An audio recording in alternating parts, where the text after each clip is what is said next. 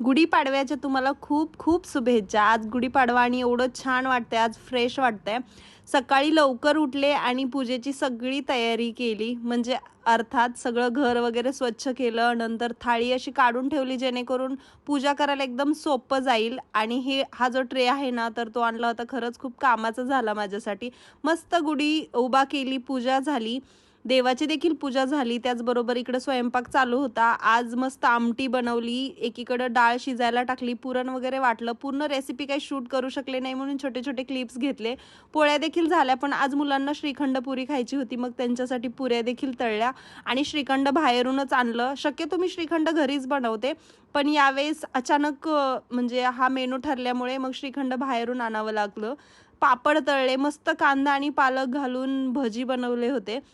आणि स्वयंपाक एवढा छान झाला होता. काही लोकांच्या इकडं पाडव्याला आमरस पुरी असते, श्रीखंड पुरी असते. तुम्ही आज काय बेत बनवला होता मला कमेंट करून नक्कीच सांगा.